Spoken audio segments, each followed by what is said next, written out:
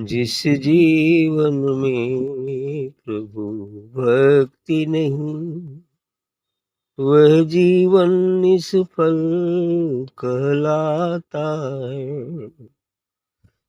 जिस जीवन में प्रभु भक्ति नहीं, वह जीवन निष्फल कहलाता है।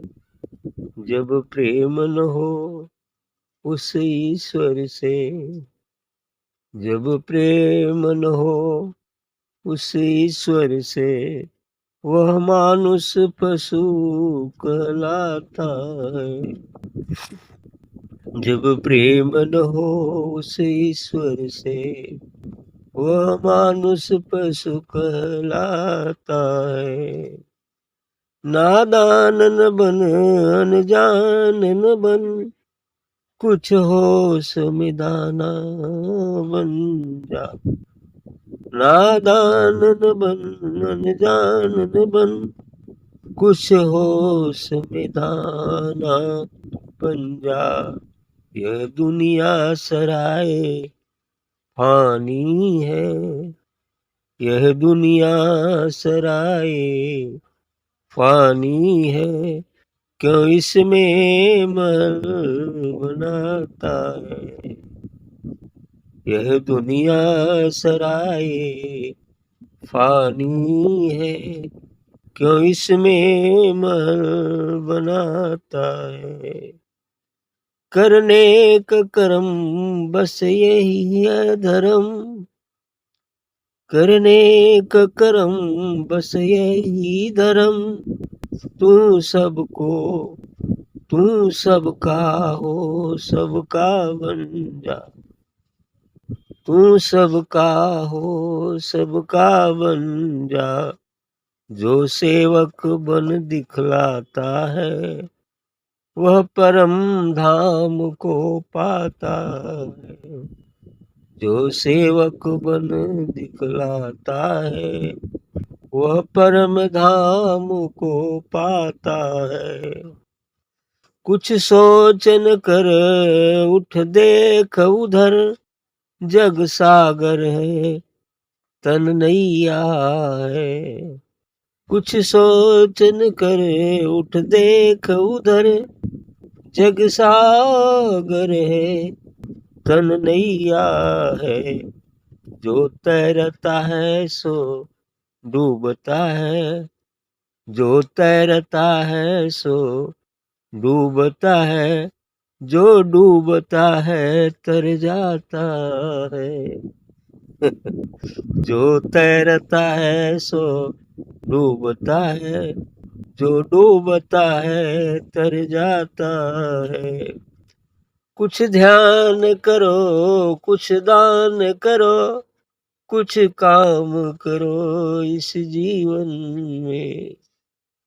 कुछ ध्यान करो, कुछ दान करो, कुछ काम करो इस जीवन में।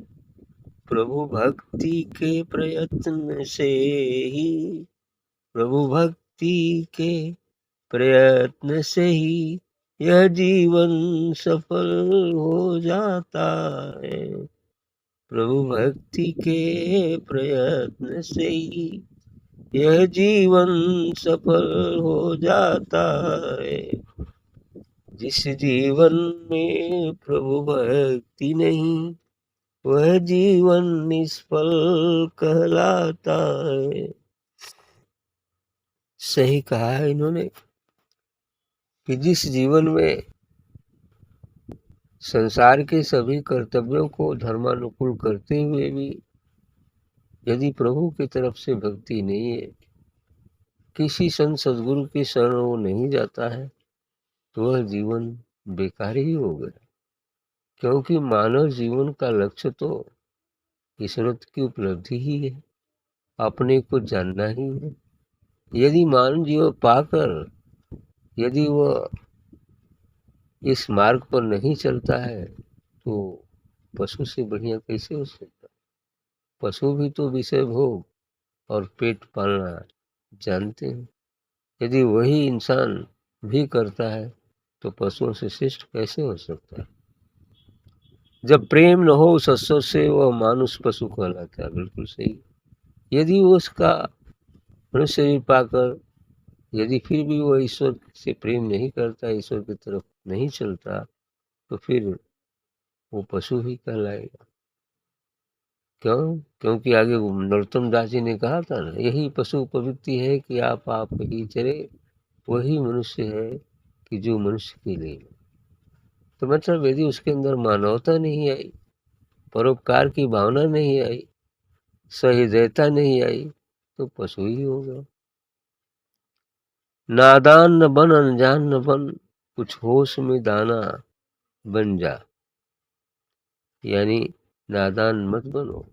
मनुष्य जीवन मिला है तो केवल जो है इस संसार के बाह्य प्रलोभनों में फंस कर नहीं रहना है, अपने सभी कर्तव्य और उत्तरदायित्व को धर्मानुकूल पूरा करते हुए भी ईश्वर की तरफ चलना है। यदि ऐसा नहीं करते हैं तो नादानी ही तो है। तो नादान न बन, अनजान न बन, कुछ होश में दाना बन जा। और कुछ होश करो, थोड़ा जानकार बन जाओ। यह दुनिया सराय फानी है। ये दुनिया का एक सराय है, एक होटल की सदृश। यह दुनिया सराय फानी है और इस सराय में आकर ये तो नष्ट होने वाली है ना दुनिया। इस सराय में आकर तुम महल क्या बना रहा है? कबीर साहब ने कहा था कि घर तो 3.5 हाथ, घना तो 4.25। इस घर तो 3.5 हाथ का बस चाहिए, बहुत बेसी होगा तो 4.25 हाथ का हो जाएगा। लेकिन ऐसा है, उन्होंने जो कहा वो अपने जगह सही था, सही है। लेकिन यहाँ भी मनुष्य है तो कुछ अपने के लिए आराम से कुछ रहने के लिए भाई हो जाए, बस इतना ही काफी है। तो यह दुनिया सराय फानी है कि उसमें महल बनाता है। इसमें महल क्यों बनाता है? कर नेक कर्म बस यही धर्म, तू सबका हो सबका बन जा। सही बात है कि नेक कर्म करो, भलाई का काम करो, परोपकार का काम करो, जीवों पर दया करो। यही जो है नेक कर्म है, बस यही धर्म भी है। जीव मात्र के प्रति दया, हर जीव मात्र के प्रति दया, ये धर्म है। तू सबका हो सबका बन जा। क्योंकि जैसे ईश्वर सबका है, वो चाहे अच्छा हो बुरा हो, चाहे खुशी का हो, लेकिन वो तो सबकी सुनता है। चोरों को भी सुनता है और जो है अच्छे लोगों की भी सुनता है, सबकी सुनता है। वैसे ही सबका हो जाओ, ये अनुभव हो जाए कि नहीं सब एक ही है, तो कोई किसी की हिंसा कैसे कर सकता है? नहीं करेगा। लेकिन ये अनुभव नहीं है, हर लोग अपने को अलग मानता है, अलग अलग भासता है। यही कारण है हिंसा होता है। और यह एकत्व तो तभी आएगा जब हम एकत्व में मिल जाए, जब हम एक हो जाए। प्रेम वह है जो अकेला रहे वाली बात याद हो जाए तो सब सब अपना हो जाएगा, सबके प्रति प्रेम हो जाएगा।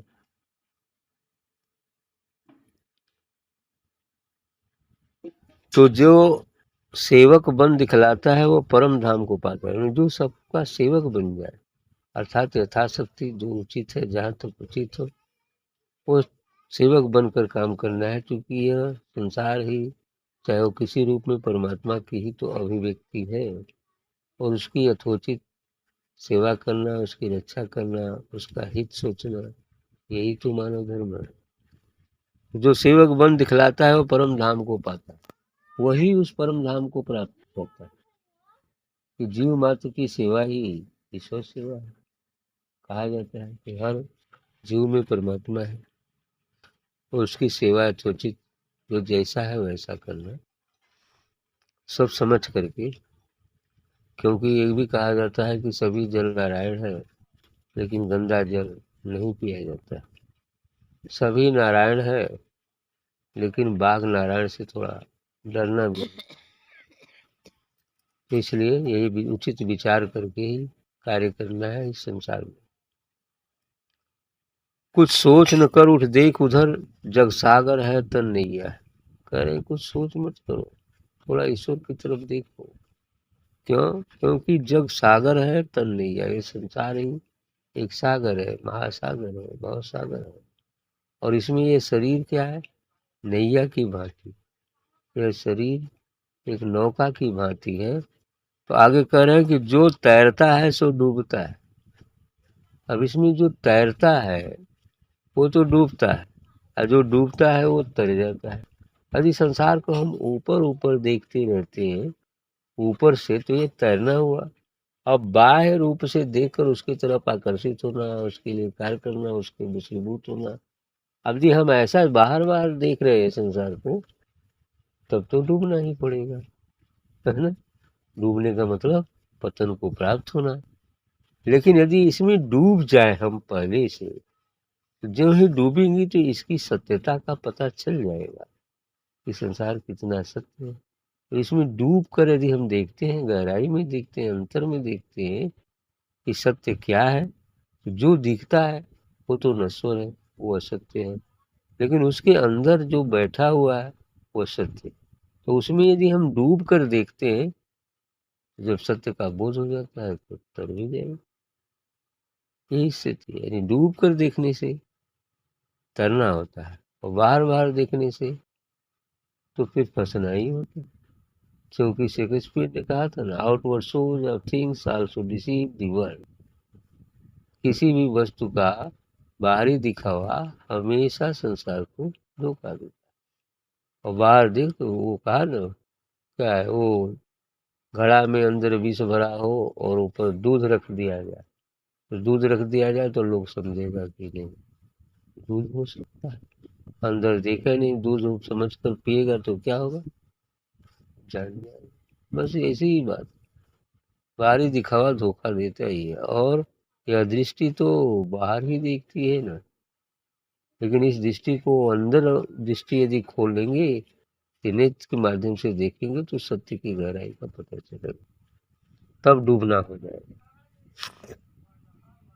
कुछ ध्यान करो, कुछ दान करो, इसलिए कह रहे हैं कि ध्यान करो, सदगुरु का ध्यान करो, यथासंभव उचित दान करो। यदि कोई भिखारी आ गया, यदि कोई भूखा आ गया, उसको भोजन दो, जो भी शक्ति सामर्थ्य उसके अनुसार। कुछ काम करो इस जीवन में, इस जीवन मनुष्य जीवन मिला है तो इसमें कुछ कार्य करो। प्रभु भक्ति के प्रयत्न से ही यह जीवन सफल हो जाता है। यदि हम सदगुरु की भक्ति करते हैं, परमात्मा की भक्ति करते हैं, और भक्ति का ढोंग न करते हो, भक्ति करते हो, तब जो है यह जीवन सफल हो जाता है।